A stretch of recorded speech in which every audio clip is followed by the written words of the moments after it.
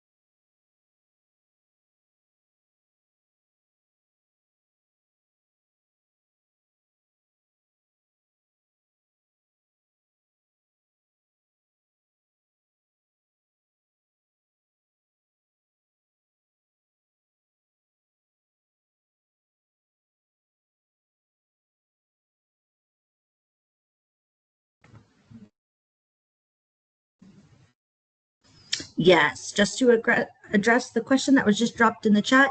Yes, a recording of this webinar will be available right after the event. It will be sent to you guys automatically.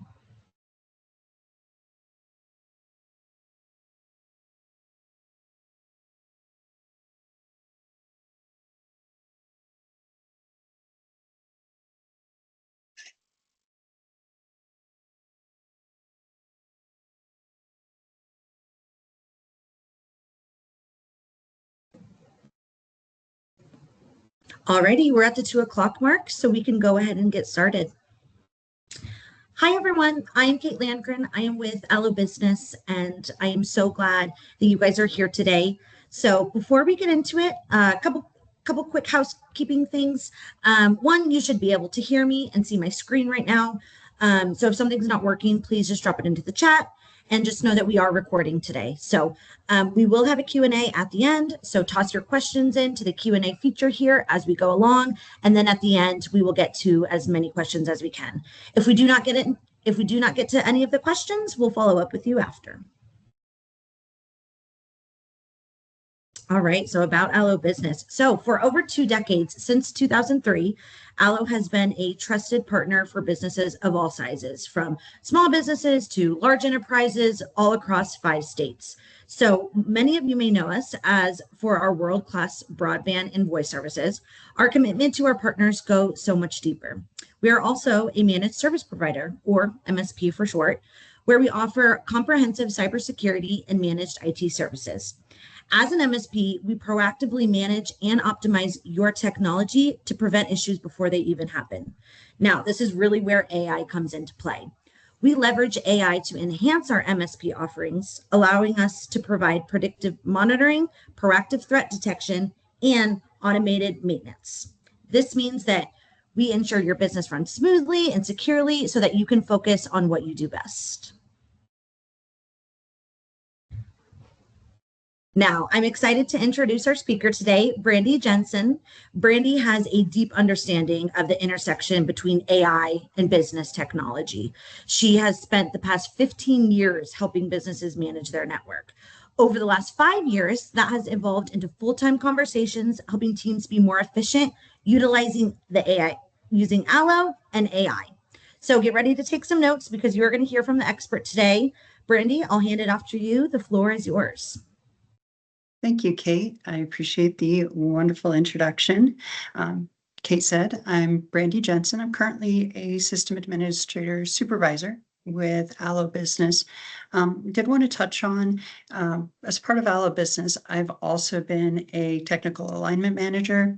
Think of it kind of in terms of almost like a IT account manager, helping make sure that businesses are getting what they want and what they need out of their IT infrastructure. And then I've also worked on the more technical side as a IT project engineer, helping develop solutions for things like, secure file storage, or switching from one cloud-based email documentation file storage system to another.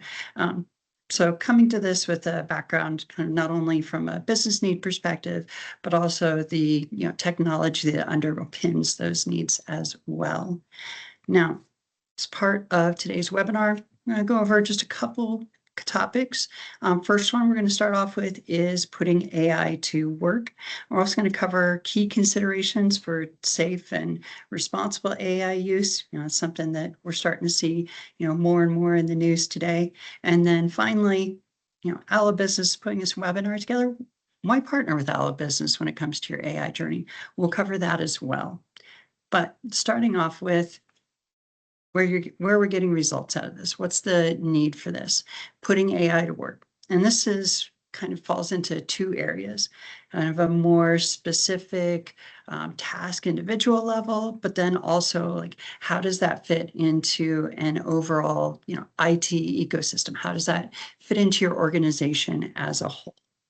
So starting off at kind of the more individual level, I will openly acknowledge that as much as I, love studying, love learning about AI, I initially was very, very much against it and didn't use it at all in my work. And I had a light bulb moment when I had a one-on-one with my leader, and I was going over a spreadsheet and was for mapping different IT controls and scripts that you could use to meet a compliance standard.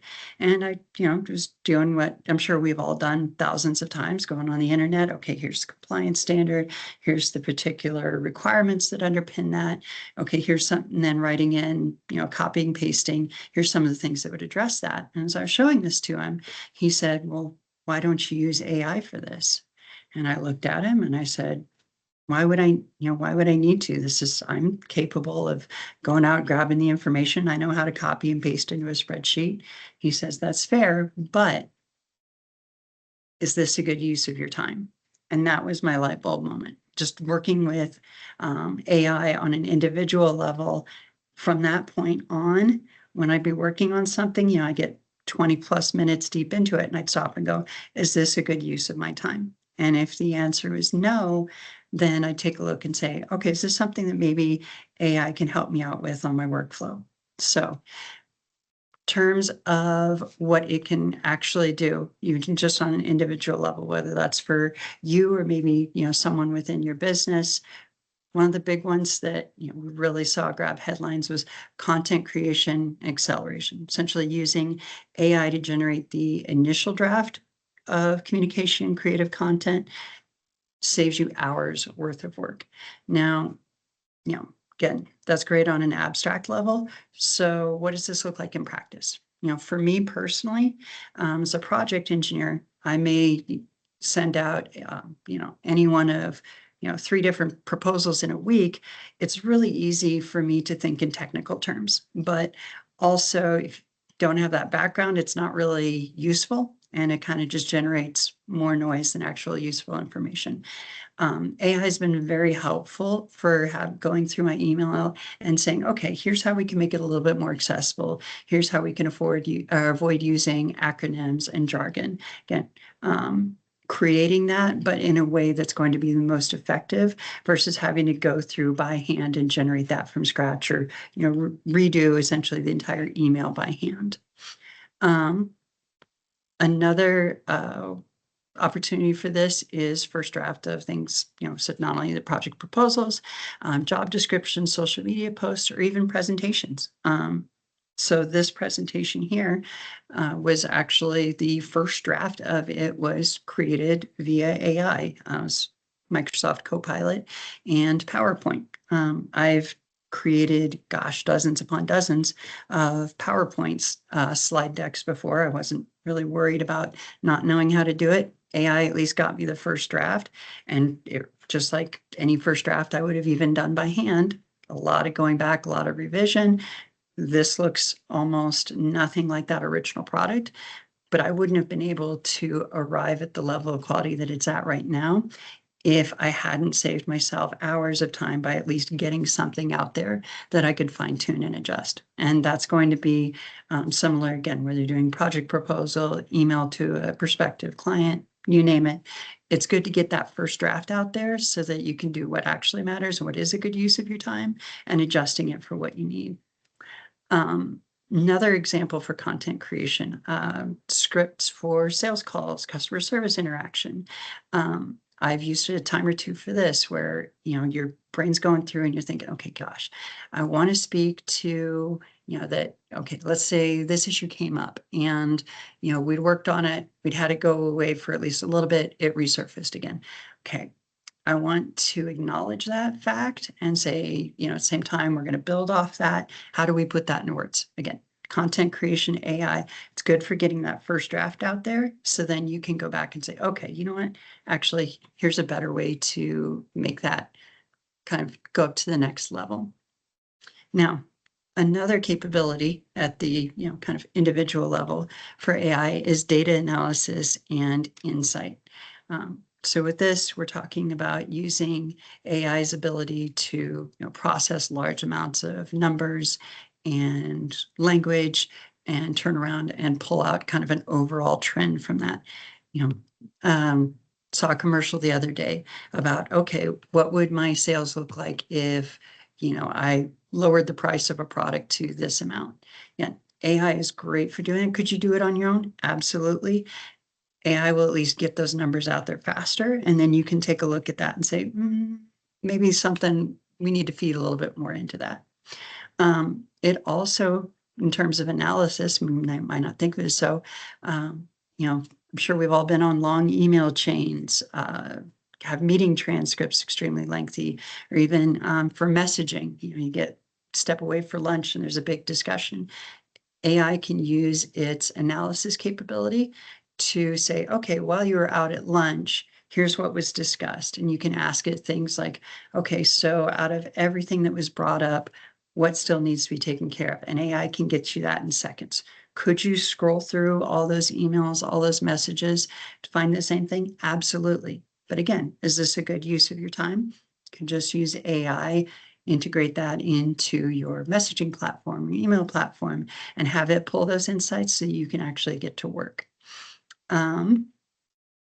Another way that this can be done is not only for internal communications, but external communications. And this is something that we're looking at for a project with one of our businesses that works with us.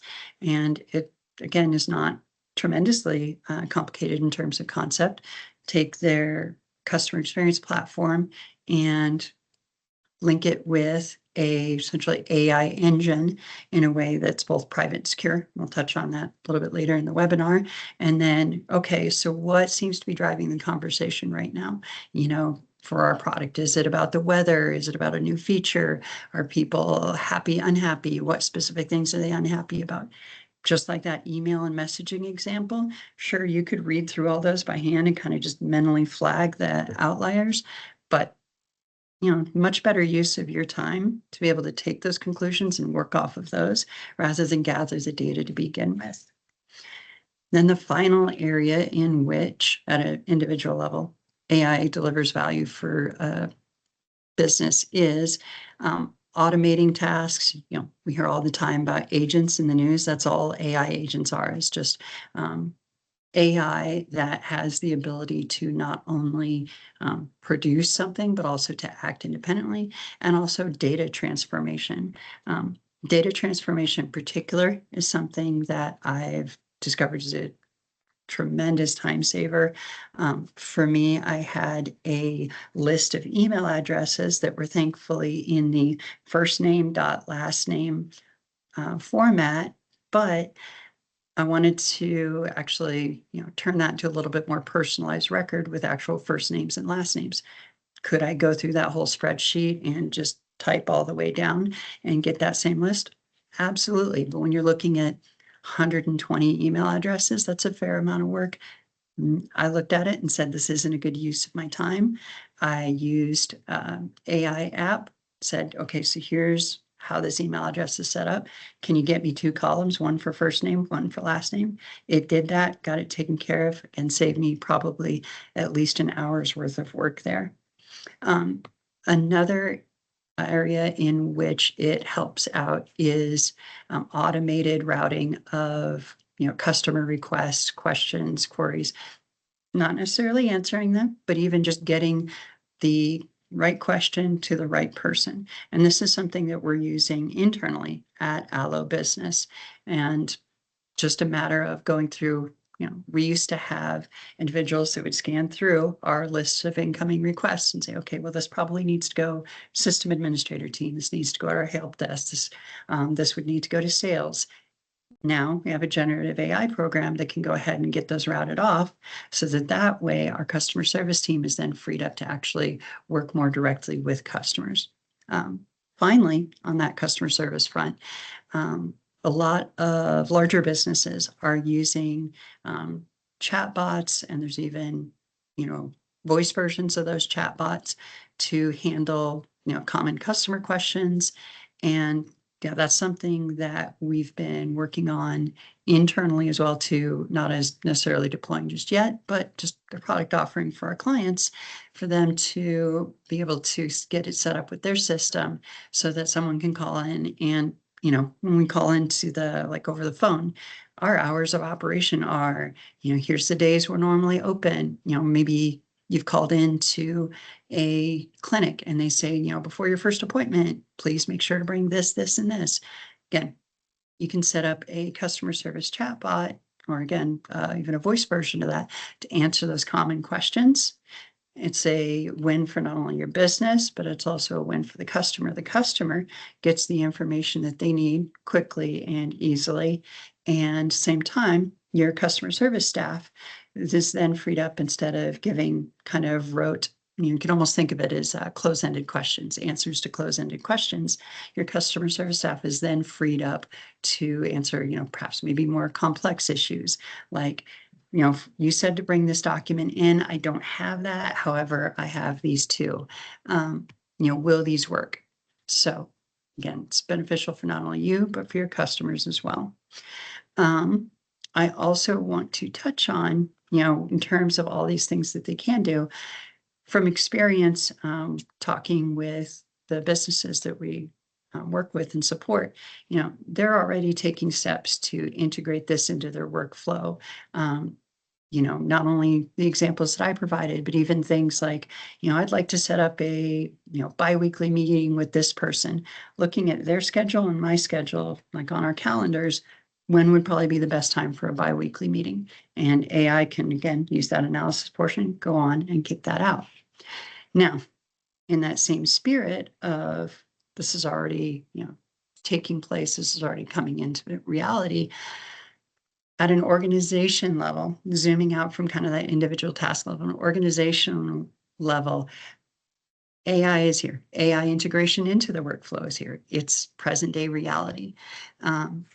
There's plenty of businesses out there, again, most likely competitors as well, using AI to get faster, smarter, operate more efficiently. You think about, okay, well, let's go back to some of my examples. Let's say I'm going through as a project engineer, let's say I'm going through and using AI to automate 4 hours out of my week. Gosh, that's 10% of my hours. That's not much, but you extrapolate that out. That's 20 hours in a month. That's essentially 3 work days right there that is then freed up for other value generating activities. And that's kind of how AI looks at like a broader level, at like a business-wide level. It's not super flashy or exciting. It just aggregately saves time and makes things run just a little bit more efficiently, a little bit faster, that then starts freeing up blocks of time that will generate more value and generate more for your business. Now, at this point, we've seen enough of it and it's been integrated enough. It's pretty clear that this isn't this is something we want to look at, something we want to consider. At this point, it's a reality. And the question is, how quickly, how intelligently can we integrate that? Now, in that same vein, the biggest thing you can do in terms of like your biggest miss is to do nothing at all. We all know the cliche about you miss 100% of the shots that you don't take. So even if there's this fear of, okay, what if we take a misstep? What if it doesn't work quite right? What if some of the initial results are bad? That can all be taken care of. That can all be leveraged.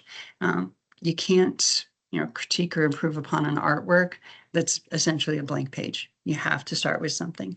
And the worst thing to do in this situation is to do nothing at all. And this even mirrors, kind of just in terms of a parallel, this even mirrors down to the individual level. We talk about AI fluency with employees. I'm studying for an AI engineering certification, and I've come across lots and lots of stories where individuals that are pursuing this see the next thing come out and the next thing come out and the next thing come out. And they're like, oh gosh, well, I need to look into that. I need to look into that. I don't think I'm ready to actually like start developing and creating yet. I need to learn more on this. Again, there's that reassurance in being able to sit and watch it go by because you're not at risk. But that is the worst thing to do, is to just sit there and watch it go by, because eventually there will be nothing else going by and you will not be in the race at that point. So it's important to act on this. And I touched on earlier, though, act intelligently. So, we're going ahead, push ahead, getting, AI integrated into your business, into your organization. One of the biggest risks that a poor AI implementation can pose is to your organization's data. I mean, this is the information age.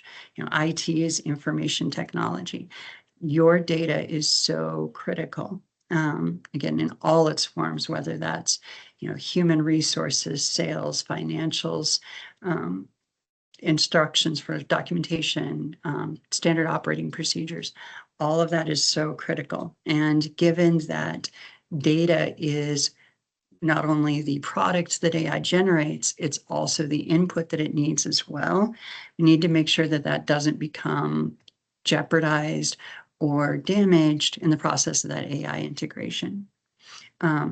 As an example on this, one of our projects that we're working with on a business we support currently, sprang from one of their employees had a report that they needed to put out regularly, sales report. And they said, you know what, I think this would be a great use for AI.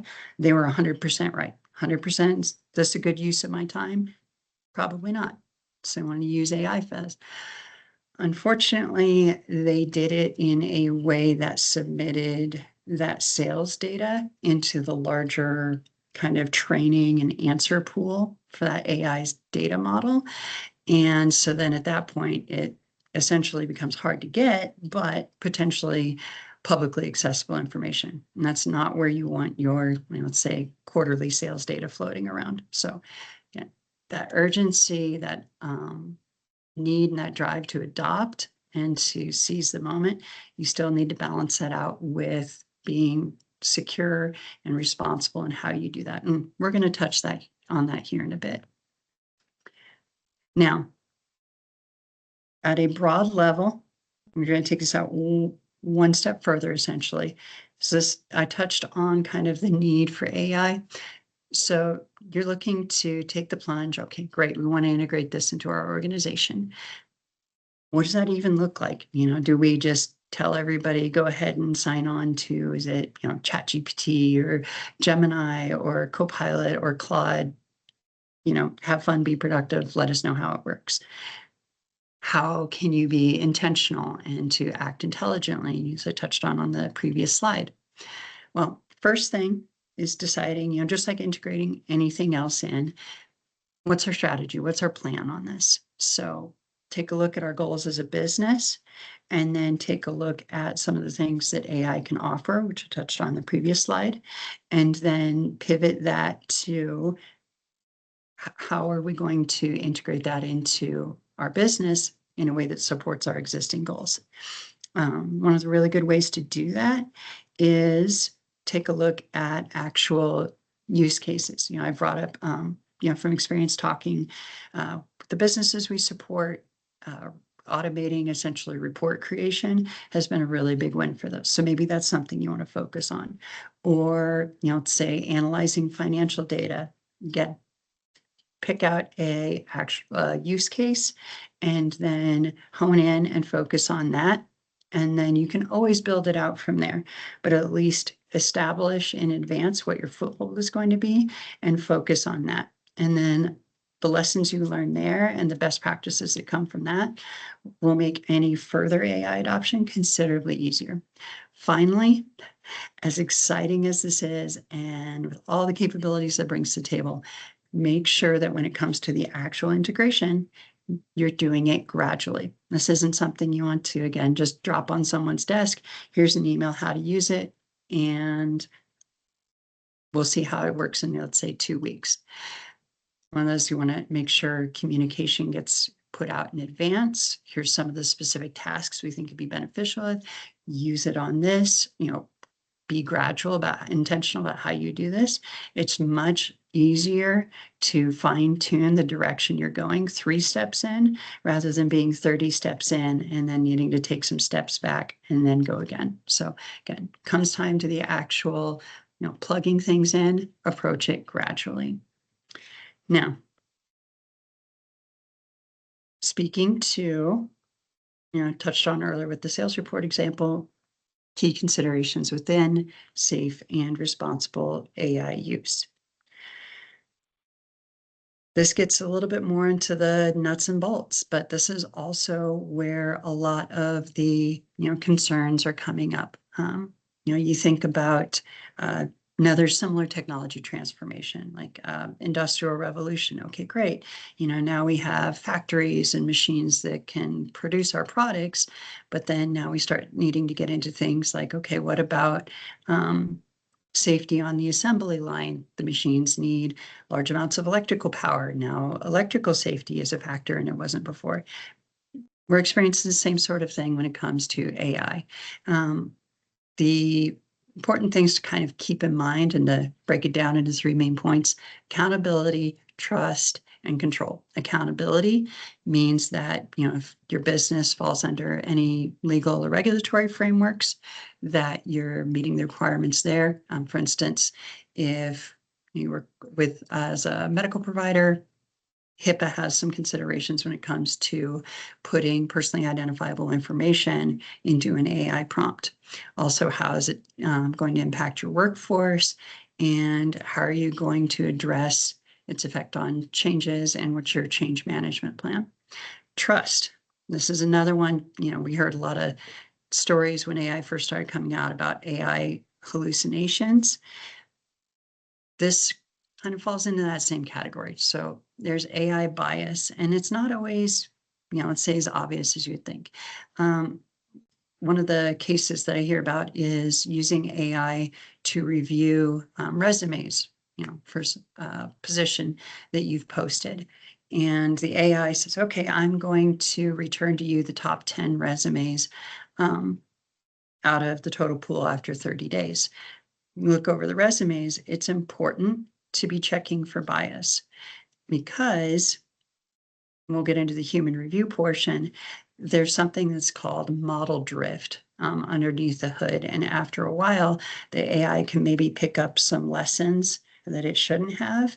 And without that transparency and the ability to see, okay, how is it making decisions? Why is it making these decisions? Then you might not be aware of that. And that's where that human review portion comes in. The example of the AI reviewing applicant resumes. Okay, so it's selected 10 resumes, out of the 40 total that were submitted. Especially early on, make sure that you have a human being sit down and go over, at least, ideally all 40 of those resumes and say, okay, sitting in the same position, would I have chosen those same 10? And who knows, maybe there's a quirk in there. The AI seems to want to select applicants from Michigan, Maine, and Montana for whatever reason. Great. The fact that you're sitting down and reviewing it by hand means you go through, you can see that. You can then adjust your instructions to the AI that's selecting those and say, okay, let's disregard what state they're from and make sure that's not a factor. And finally, control. So this goes into data privacy and confidentiality. Like I mentioned, with the sales figures going out into that larger pool of training data, and not only training data, but also the same knowledge pool that AI engine uses to return results to other users. And this is something that all the major AI companies have become very, very cognizant, aware of. A lot of times with their paid, the business version of their licenses, they expressly will state any of the information that you provide in the prompt stays purely within your organization. We don't train off of it, and we don't feed it into the larger, essentially, results pool.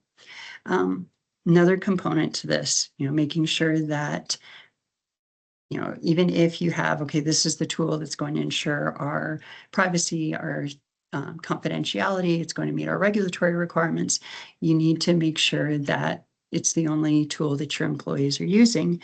Otherwise, it's all for naught. Even if you've got a boat that's completely watertight, it only takes one hole for it to have a leak. So you need to have that access control, that monitoring portion. Finally, vendor risk and data handling. There's a lot of vendors out there that are well aware of AI's transformational capabilities. And so it's important to do your due diligence when you're looking at potentially using one of those vendors within your business organization in an AI capacity, because you're going to be feeding that information to them. A lot of times it's through API calls and other kind of under the hood things, but fact of the matter is it's still this equivalent of handing your mail off to a third party. You want to make sure it's stored safely and stored securely. As a non-AI example of how critical this can be, years and years ago, some of you may remember a major retailer was hit by a significant cyber attack. I believe they lost hundreds of millions of dollars, again, affected all their stores nationwide. The root cause, the actual source of that cyber attack, was compromised credentials from a heating and air conditioning vendor that they had essentially given network access to. Again, there was a number of other components farther down the line that enabled the malicious actors to gain more widespread access, but fundamentally that breach started with the vendor level. So 100%, if you're looking to integrate AI into your business, make sure to do your due diligence when it comes to how your vendors are handling your data. Now, all that in mind, ALLO Business, how can we help with everything that I just covered? Not only the promises, but also making sure that we address some of the risks as well. So ALLO Business comes from a holistic IT support background. We can cover everything from your printer issues to doing CIO level reviews of your IT posture. We have experience with IT strategy support. Again, I've had conversations with a number of clients, not only integrating some of the things that I've talked on earlier, but I recently just spoke with a leader who was using essentially AI code generation for some of his reports. So we have experience in terms of working with businesses from a variety of industries in supporting their AI initiatives. And, finally, that last slide, I touched on the security privacy risks that come with AI. We have experience with cybersecurity. We have experience with securing AI and making sure your data is only in the hands of the people who need to have it, the people that you want to have it, and that you have visibility on that and you can verify that transparency portion I spoke to earlier. Now, ALLO Business, again, not only within the AI sphere, I touched on earlier that holistic IT approach. You're interested, not only can we support you in terms of your AI initiatives, we handle business internet, data connectivity, we do voice over IP, I touched on earlier, we do IT support, that's what we call our managed services side, and then also have a whole slew of cybersecurity offerings as well. And if this is something that you're curious about any of these areas, or main topic of what we've been talking about, AI integration, deployment, strategy, we would love to meet and sit down with you. Again, no cost, and we're happy to just sit down, take a look at where you're at in terms of IT infrastructure, what kind of the direction you want to go to, what you're looking to get out of it. Just meet with you and talk it over and take a look and see, offer you some suggestions on things that may help. There's little QR code there at the bottom of the slide. We will have that a little bit later as well. But, absolutely feel free to reach out to us. We would love to talk with you. On the subject of talking with you, we also wanted to set aside some time, as Kate had mentioned, to field just kind of any questions, concerns that you may have over, maybe some of the things that I've covered, or maybe it's something related that you read about somewhere or have come across and experienced as well directly and wanted to get some more information on. This is a segment of time just set aside for you to be able to bring those up, and I'll be happy to address those. Yeah. Thank you, Brandy. Very insightful. Yes, please add all Q&A questions in the Q&A feature. One question, Brandy, I want to bring up. Where are companies most at risk with employees using AI tools today? And what is the easiest way for leadership to put guardrails around them without slowing people down? That is that's an excellent point, especially that last one, putting guardrails in place without slowing people down. Again, on the retail side, we've seen where retailers lock up everything in the store, but then nobody buys it. You don't want to put your employees in that same situation. I think the biggest risk so far is, honestly, it's just a lot of what I touched on earlier, the case of the salesperson that needed to generate the report, taking proprietary confidential company data and essentially feeding it into an insecure space. And I mean, this is something we ran into, back when email first came out. Email isn't set up natively to be encrypted. It's just out there in the open. So you never would want to send, credit card numbers, social security numbers, things like that over unencrypted email. And so that's where we're at with AI as well, is because it only does what you want it to do, operates within the guidelines you give it.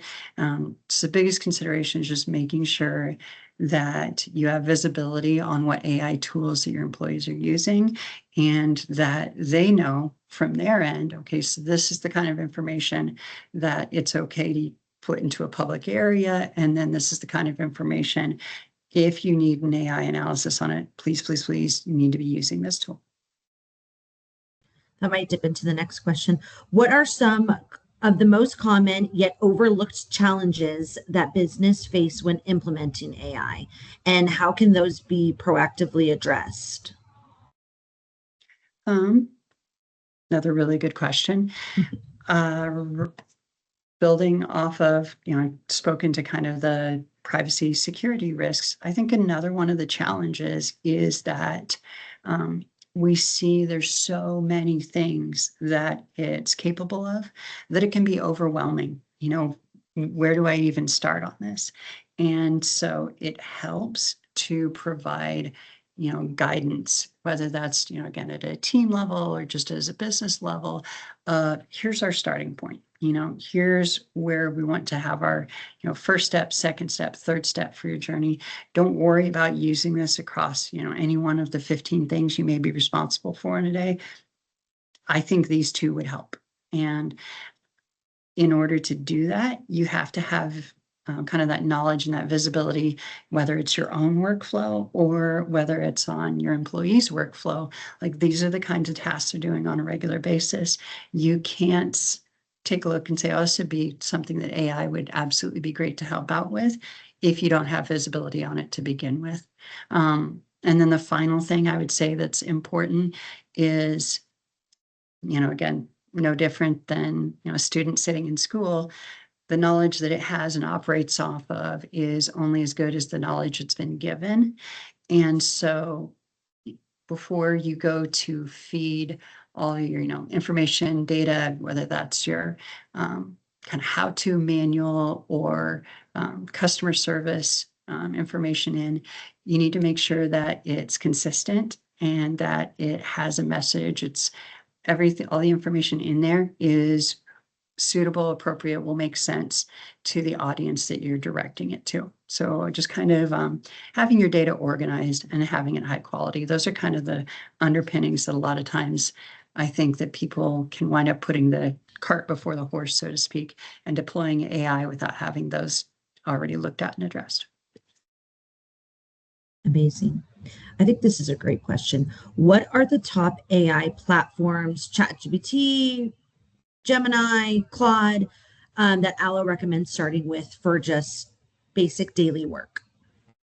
Um, I would say, because yes, oh my gosh, there's so many offerings out there. Um, we've had a really positive experience with Microsoft, and I use, Microsoft Copilot very heavily.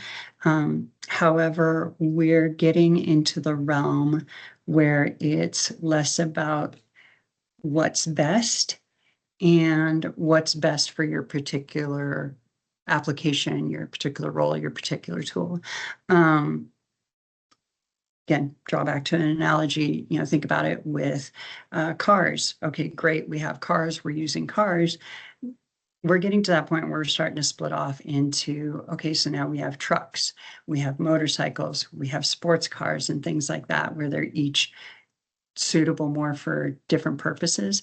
It's really difficult for me to say, again, because I would have to kind of tailor that more on, what kind of workload, what kind of data are you feeding into it? And then also like, again, who's going to be using it? What's their technical fluency? What are your expansion plans? Things like that. It's really technical. It's really difficult to say in terms of general recommendations. Like when I get asked by some of our clients, my big thing is just make sure the um, data security, confidentiality, privacy, those points that I touched on, make sure that's addressed. I mean, no matter what the tool is, no matter how good it is, make sure that's addressed, because as long as that information is secure and it's not running around in the hands of those that shouldn't have it, you can work with it from there. But if your front door is permanently propped open, you have bigger problems rather than, is this model better than that? So I would say look to the security and privacy, confidentiality, transparency portions first um, when you're choosing a tool, and then also kind of what it excels at. And, also particularly kind of industry adoption too, because that'll kind of inform and build up a knowledge base for you ahead of time. Absolutely. How should leaders think about balancing AI efficiency with data control and security, as you mentioned, as they roll it out to their teams?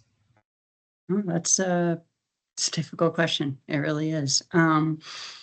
This gets into, I don't think it's, the whole, is this a good use of your time metric? I think that kicks in here. Um, I think leaders should be aware of kind of the sources, like where their data is sitting and what's in it, and then have someone more directly responsible for monitoring and just going back. You can set up, depending upon your platform, maybe it's an automated alert, or maybe it's just going through by hand and checking, once a week. Okay, everything looks right. This is everybody that should be pulling information off of it. Um, and then they in turn, you know, let's say there's agreement with their leader to send that on once a week, or, again, the leader can just have it in the back of their head and just say, hey, how's everything going with our, say Claude adoption? Or has there been any cases, since we opened up our resume application system to AI, have there been any cases where it's gone off the rails, or it's picked some really kind of out there kind of choices in terms of the candidates we should move forward on? Again, at the leader level, it's all about awareness, and then making awareness of the need, and then making sure that you have an appropriate resource allocated to that need. Great. Okay, one more question, Brady. I'm curious, Sure. what do you think are some common misconceptions about AI? What are maybe some fears out there that we can kind of help people and businesses understand? And going off of that, how do we get, if a business wants to add AI into their everyday organization, how do they get buy-in from all levels of an organization? Um, that's it's an Kind of a excellent two-part question. question. Yeah, no, it's really good and a good one to end on. Um, Right now it's difficult because, again, the staggering amount of information we have available to now.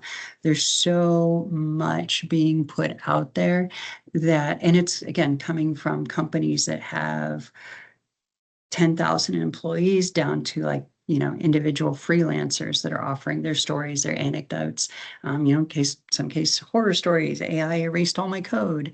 I would say, in terms of fears or misconceptions, I think that